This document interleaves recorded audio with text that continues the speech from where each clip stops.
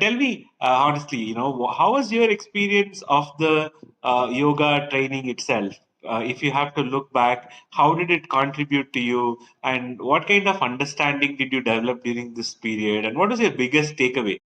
Um, I loved it. I loved it so much because in the beginning, I I basically left my job and I didn't know what I wanted to do, and I took it as something to do for myself. Like I was a yoga practitioner, and I always wanted to learn more. And from Spain, I started reading.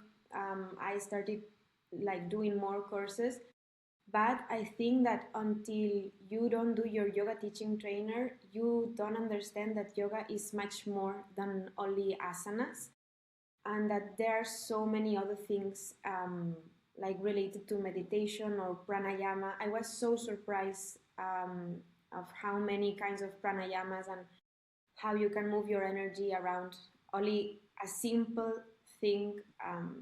And I'm quoting here my fingers because it's like it can look like simple, just breathe, but how important is to have a control on your breath. And I think that also it was very interesting the mantras. Like I read a lot about mantras and I was like, wow, this is high level. This is in another level of people who practice yoga. This is so far from me.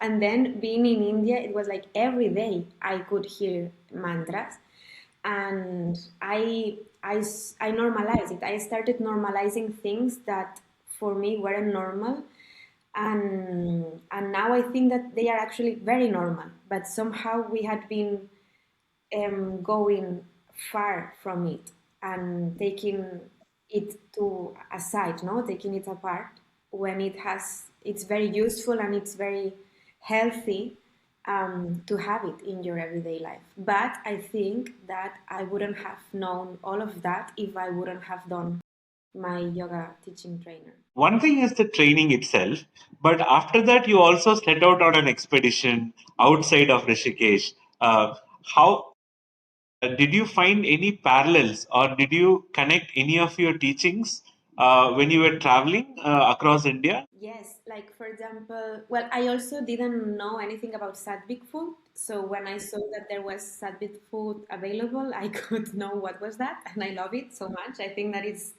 the Mediterranean diet and sadhvik diet makes me feel so good. And then when I was, for example, when I traveled and I went to Pushkar, I think that thanks to understanding a lot of this mantra, this arti, these spiritual rituals, I could see it from another perspective. And I think that if I wouldn't have any knowledge about that, I wouldn't connect that much with that.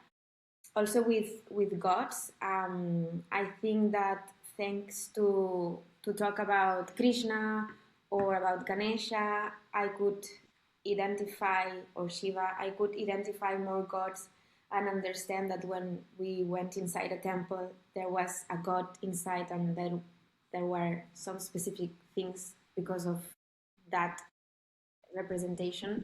And I think that thanks to that knowledge, I could connect or I could observe things from another perspective.